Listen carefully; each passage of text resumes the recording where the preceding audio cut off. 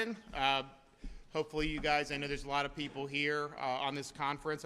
Hopefully you guys are having some worthwhile meetings. I can tell you today's announcement is a really historic announcement. It's something that we've been working on for a number of years to hopefully come to fruition, and today it will, and it's going to be provide great support for our initiatives here in the state of Florida to restore Florida's Everglades.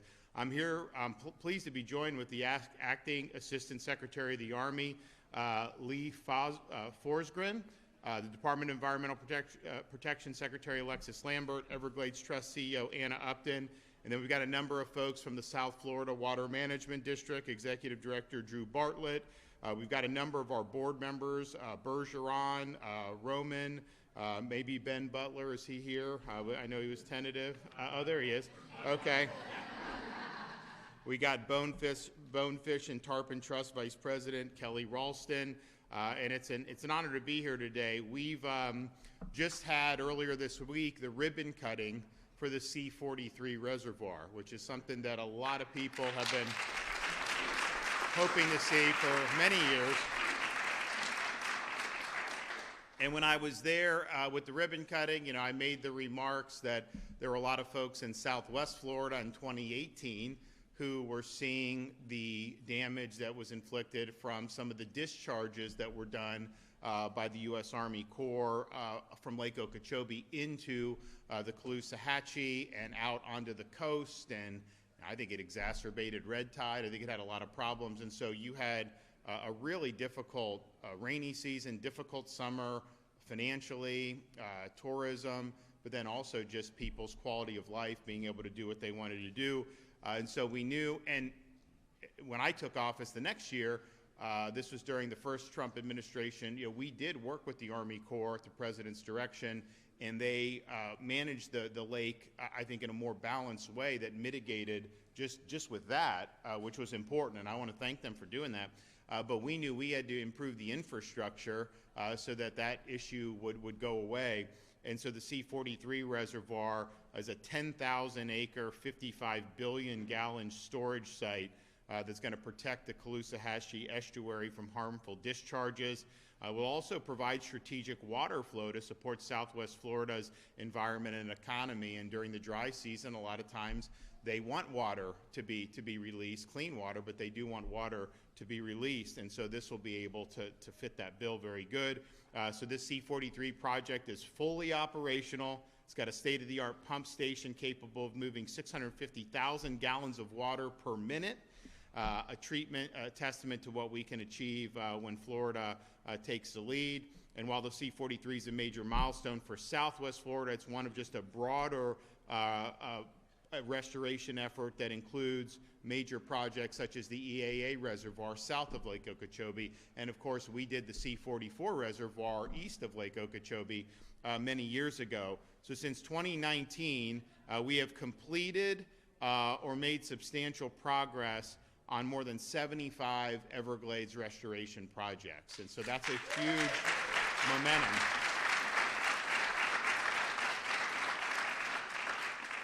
A lot of what we've done, like the Old Tamiami Trail roadbed removal project, which we did 6 months ahead of schedule, and some of the other major things that we've done has been designed to increase the water flow from Lake Okeechobee down through the Florida Everglades to Florida Bay. That's initially how Florida's plumbing worked, and then man intervened and did things that basically clogged that. And so you can see, like this is just the average over the last 3 years compared to where we were. That's basically the hydrology. The blue stuff is the water flow. So look where we were, from the beginning of the century, 20 years, and look what we've done the last 3 or 4 years. That's massive hydration flows. And so you see that, and that's something that's very, very important. If you look at what all these projects have done since 2019, the investments that we've made at the state level have reduced harmful nutrients in South Florida's waterways by 727,000 pounds per year of nitrogen and almost 500,000 pounds per year of phosphorus. So these projects and other investments have brought our cumulative annual nutrient removal efforts in the state of Florida to over 1.8 million pounds of nitrogen and almost 775,000 pounds of phosphorus removed each and every year. We've also made major progress on the Everglades Agricultural Area Reservoir by completing the state-funded stormwater treatment area to clean the water from the EA reservoir before it heads into Everglades National Park, and that's part of what's allowed us to move water south as well. So we are in a situation where a lot of this developed over 100 years. When you had major hurricanes in the 1920s, including the 1928 Okeechobee hurricane, killed a lot of people. And there was a lot of flooding, and so they built the Herbert Hoover Dike to be able to mitigate that threat.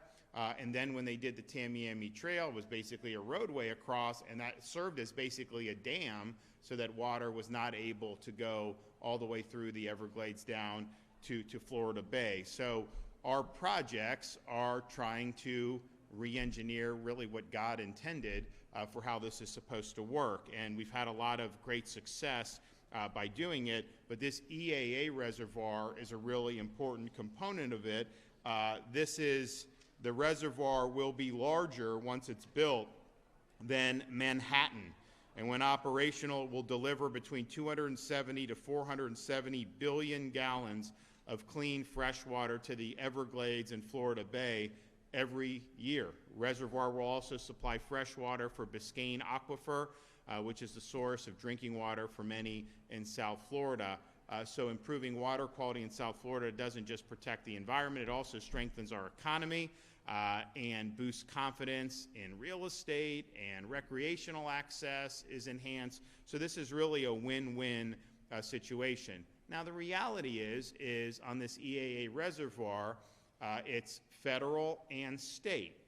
And I said this from the time I was governor, we are not just going to say federal government needs to do our work for us. So we've done the opposite. We've gone above and beyond on these projects than any other state in the country has done. This is the largest environmental restoration in America and maybe even in the world.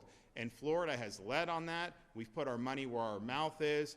When we've sought federal support, it's not to displace our responsibility, it's to supplement and to complement what we're doing. So we have a great record of doing that. So it's a lot easier for me to go ask the federal government to maybe do better in some areas, because we obviously are committed to this. And the reality is over the last 4 years prior to the start of the second Trump administration, this stuff hit the skids on the federal side. We had this push from the late 2020s completion for the federal component to then not even be scheduled to complete till 2034.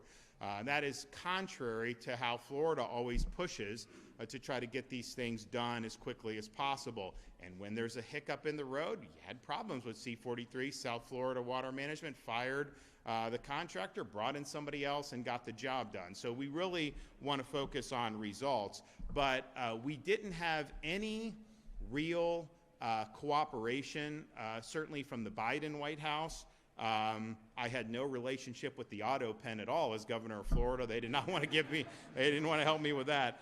And so you had this slide, and it slid to the right in ways that are going to just cause folks to continue to experience delays. So I spoke with the president about this even before he took office. He's like, hey, how can I help? And I was like, well, this is one thing. You guys have funding for this. Delegate responsibility for us to bring some of these projects to completion on the Everglades. And he was all about it. When he was down here for the Alligator Alcatraz, this came up, and he said it's going to happen.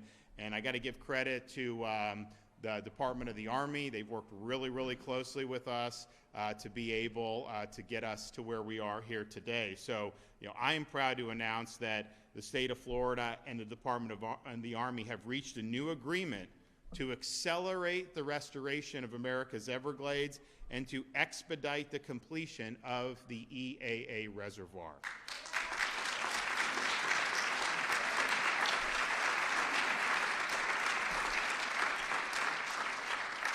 So what this means is that there'll be projects in the EAA that will be completed by the state of Florida on behalf of the Army Corps. It will be using the allocated federal funds, and it will allow us to accelerate the commitment and the investment in the project to ensure that we're not waiting till 2034, that actually we're going to get it done 5 years earlier in 2029. And so that is a big, big difference in terms of what we're doing.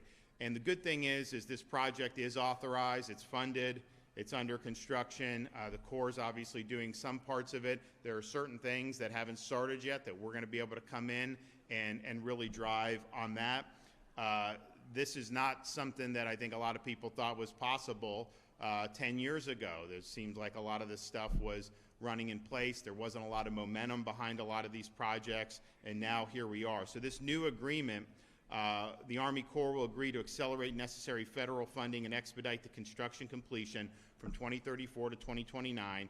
We are now, as the state, granted authority to construct the inflow and outflow pump stations and other auxiliary features of the EAA reservoir, allowing the Army Corps to fully focus on the main reservoir basin.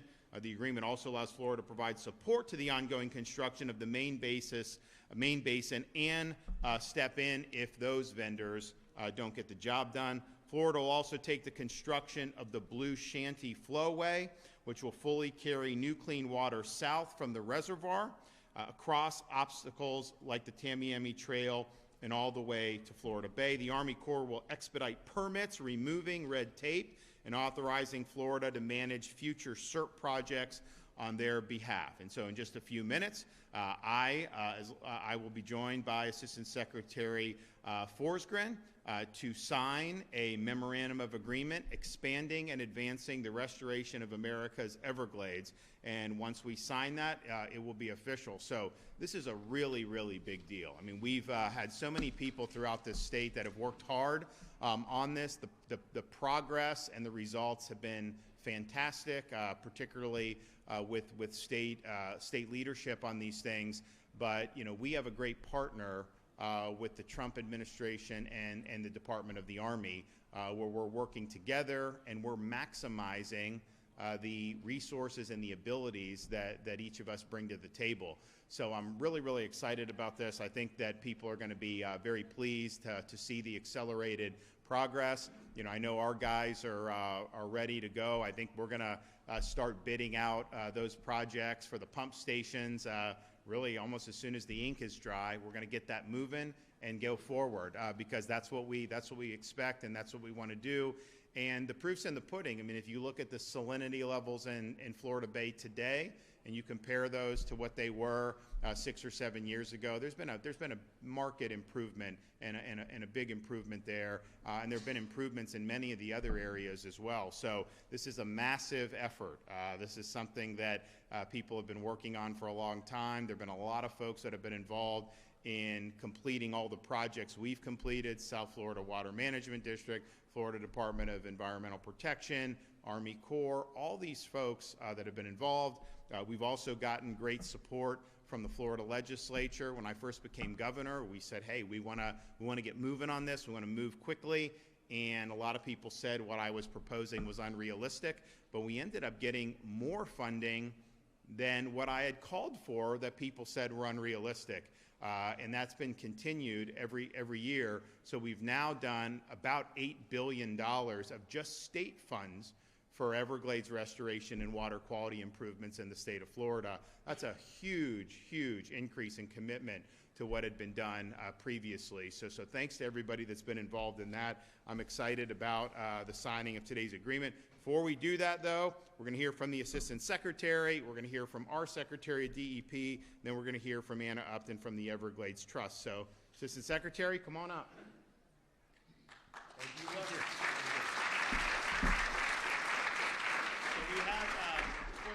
So this is kind of before where the flow was blocked, discharges, and then what you're ending up with.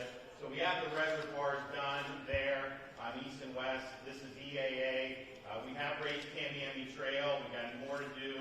So you're going to see, you already are seeing increased hydrology, but you're going to see that. And so that's really what we're doing. That's a massive project.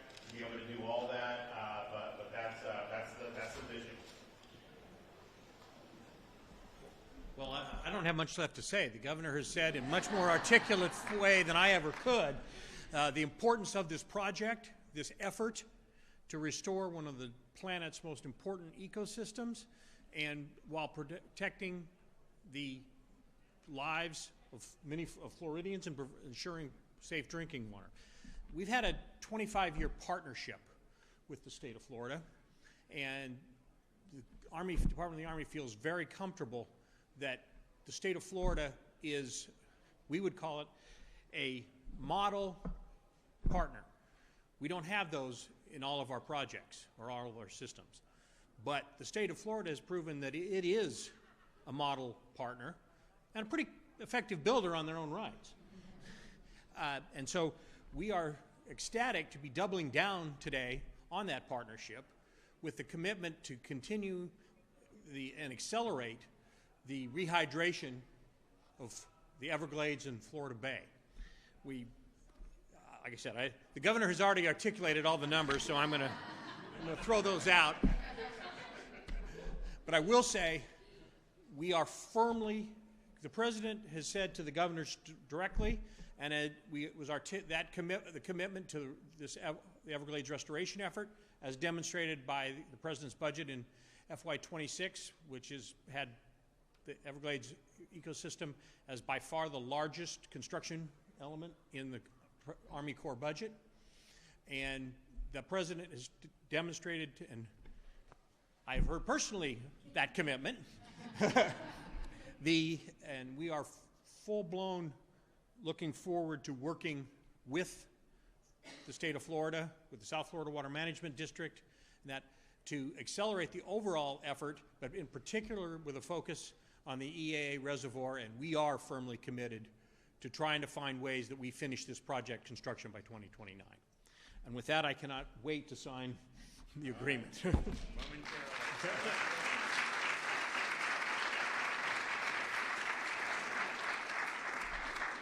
Good morning. Thank you, Governor. Thank you, Assistant Secretary. I'm Alexis Lambert, and it's my honor to serve as the Secretary for the Florida Department of Environmental Protection. First, I would like to express my gratitude to the Governor for his steadfast support for Florida's environmental priorities, especially the Everglades. And what a banner week it has been for Florida's environment. On Tuesday, I was excited to join Governor DeSantis and many of you in this room today as we celebrated the completion of the C-43 reservoir. Throughout the week, we've gathered here with our partners at the 39th Annual Environmental Permitting Summer School to share ideas and continue advancing our mission to protect Florida's environment while supporting our business community and our economy.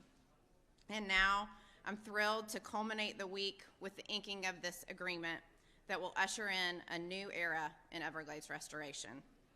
Floridians understand the Everglades better than anyone else. We live, work, and recreate here, and we are committed to the land and the water that sustains this. We have the experience, the urgency, and the determination to get the job done. Florida has proven it can manage restoration projects efficiently, saving both time and money. We appreciate our federal partnership, and while the structure of this partnership is evolving with the inking of this MOU, our goal remains aligned: restoring America's Everglades. Thank you, Governor, for your leadership and your unwavering commitment to Everglades restoration.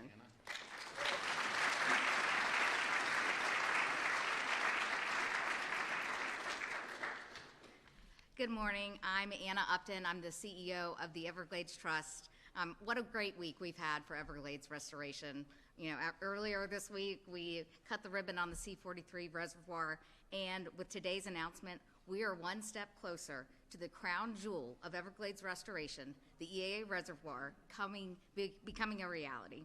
Governor DeSantis has been laser focused on sending more water south to the Everglades, all the way down to Florida Bay, and helping reduce those harmful discharges to our coastal estuaries. And the EAA reservoir does both. And we are so excited about strengthening this collaboration between the state and federal government to deliver results sooner for Floridians and America's Everglades. President Teddy Roosevelt once said, "The credit belongs to the man in the arena, to the one who strives valiantly and dares greatly." Governor DeSantis, that's exactly what you are doing here today, And on behalf of America's Everglades, we thank you. So we're going to sign it. I don't know if people want to come up. I know some folks are going to be and flank us, and we'll make it official.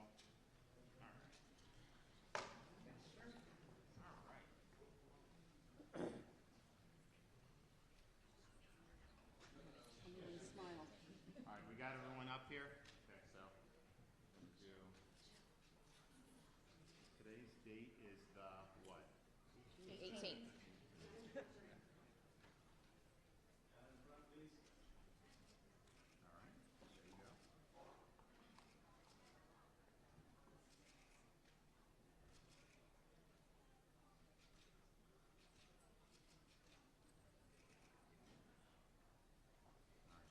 Show off our handiwork here. Here we go.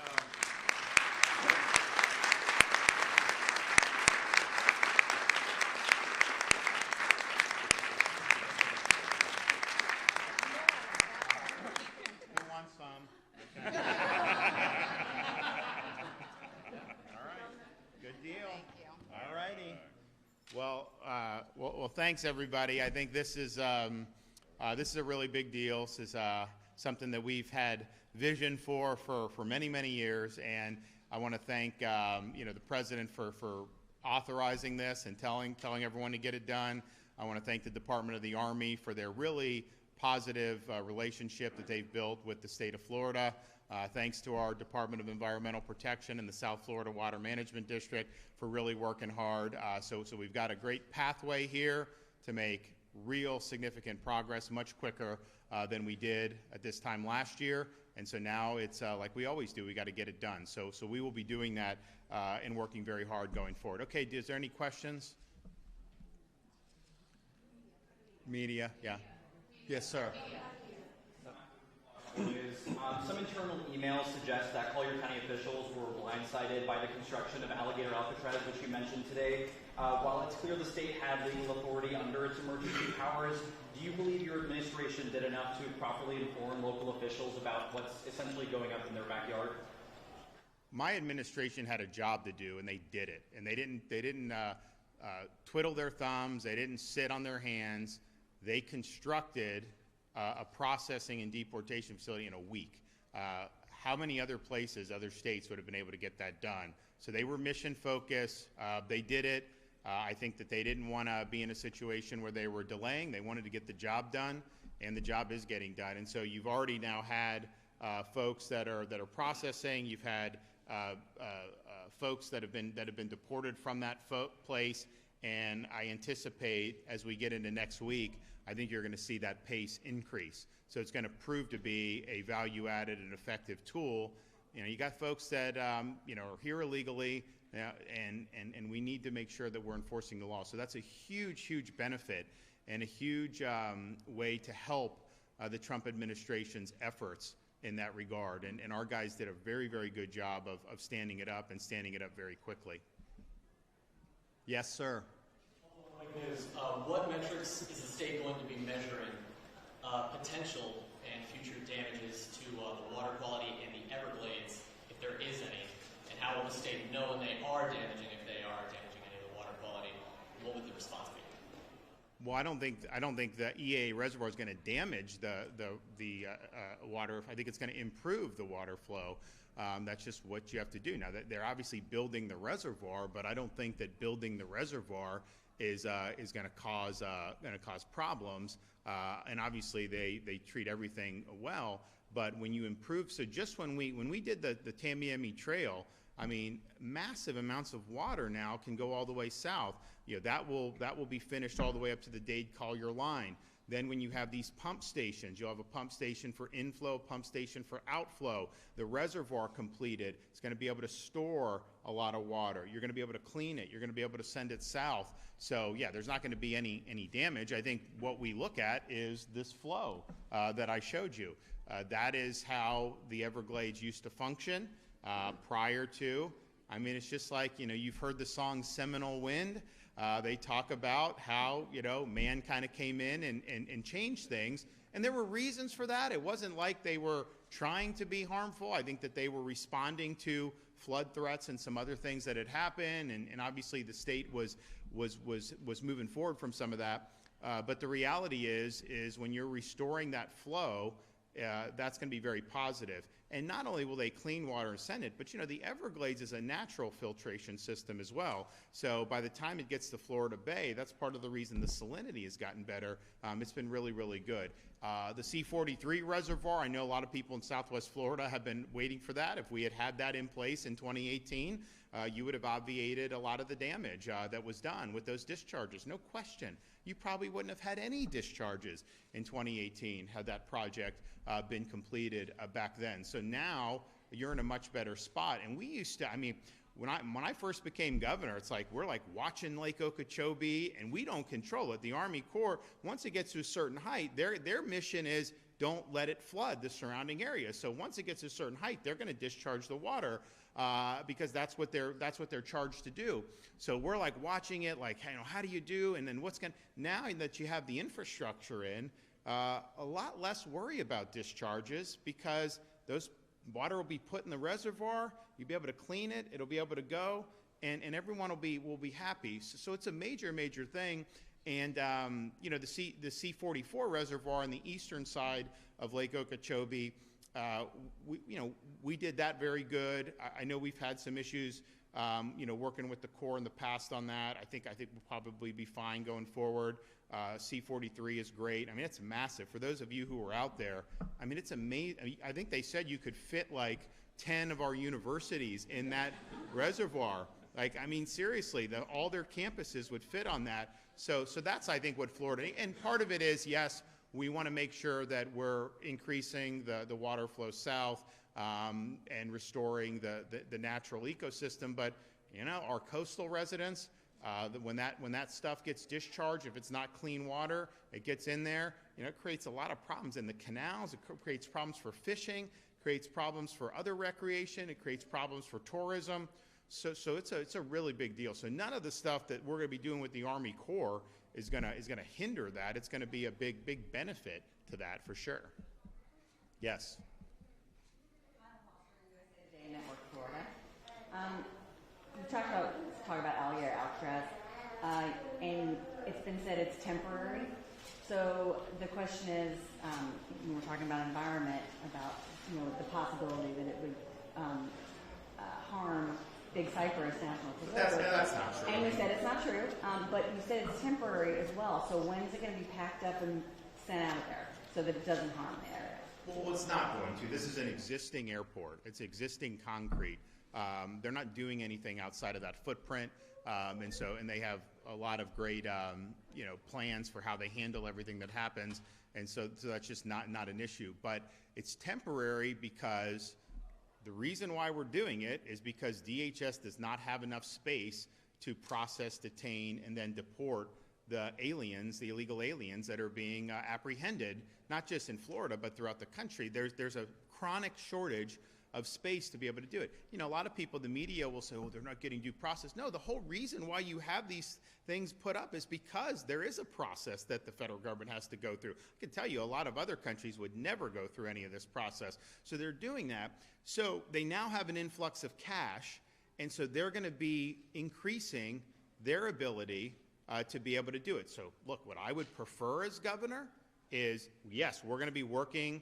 All law enforcement agencies in Florida are required to work with DHS to enforce immigration law and assist with deportations. But I would love for that to be our guys are out on task force, our highway patrol are picking people up, we're doing what needs to be, and then turn over to DHS, and then they handle everything from there. From a governor's perspective, I would much rather that be the case. The reality is, after 4 years of Biden really decimating ICE and DHS, they don't have near the resources that they need. And so the number one thing when we would talk to people like Tom Homan, okay, what do we need to do? Because, the border was great to shut down, but the interior enforcement, it's hard to get that going. What do you need? Well, we want cooperation, but we also want to be able to have space. So we can't use all of our jails in Florida for this because we actually have criminal U.S. citizen criminals that have to be held accountable. And that's the main focus of that. That's a criminal justice system. That's different than an immigration enforcement. So we've expanded this. We also have grant money from the bill I signed earlier where sheriffs and police can do some expansion on their own if they want to. And I think you're going to see some that are going to do that. We're going to be processing some of this soon.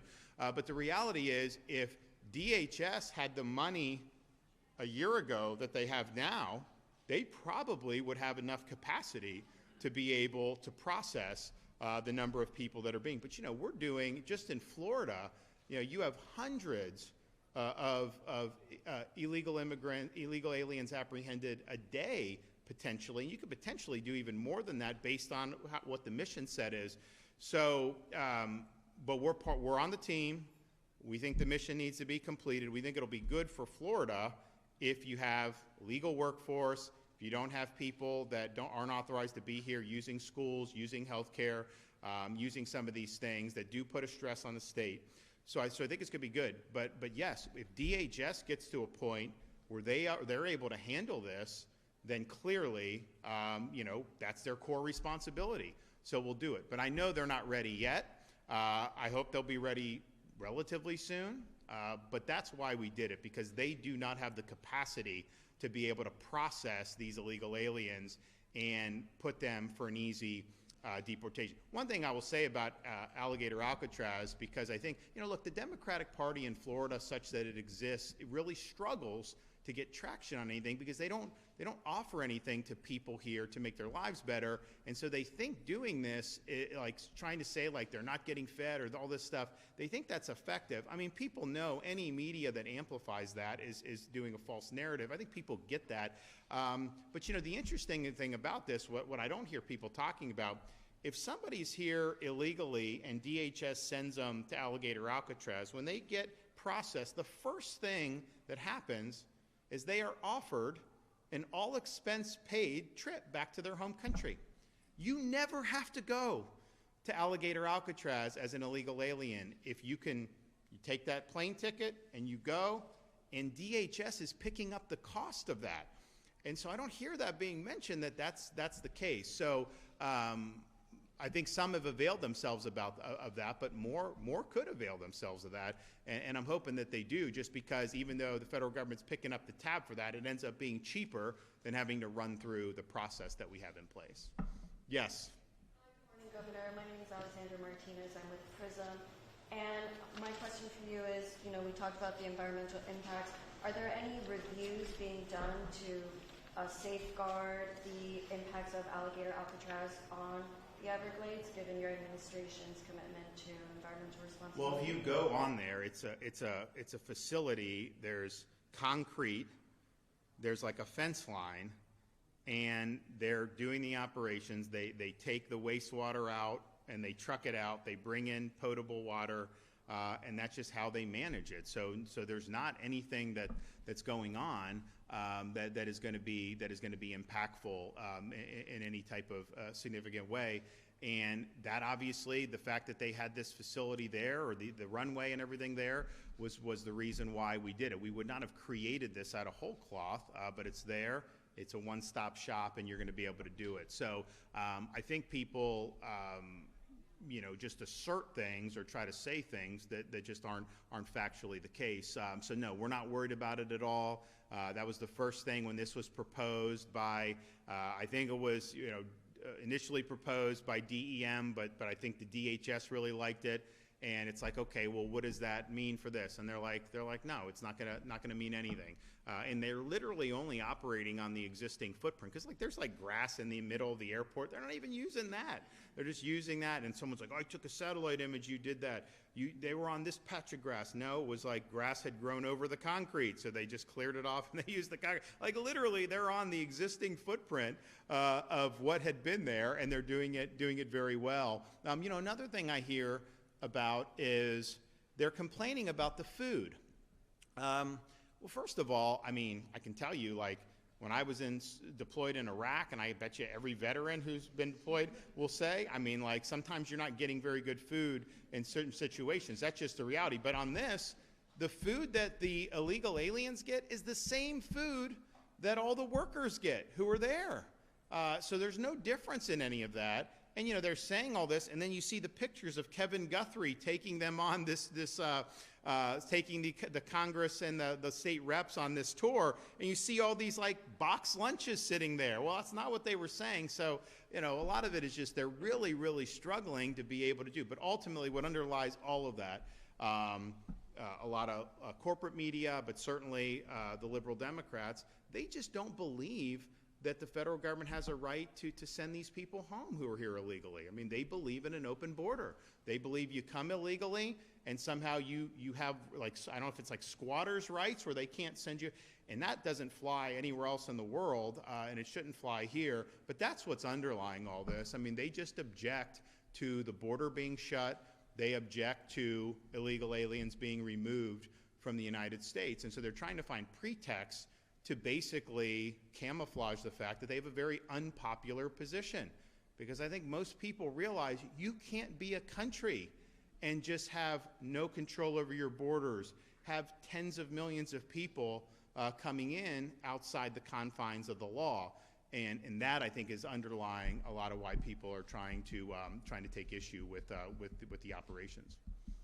Okay, thanks, everybody. God bless you. All righty, thanks.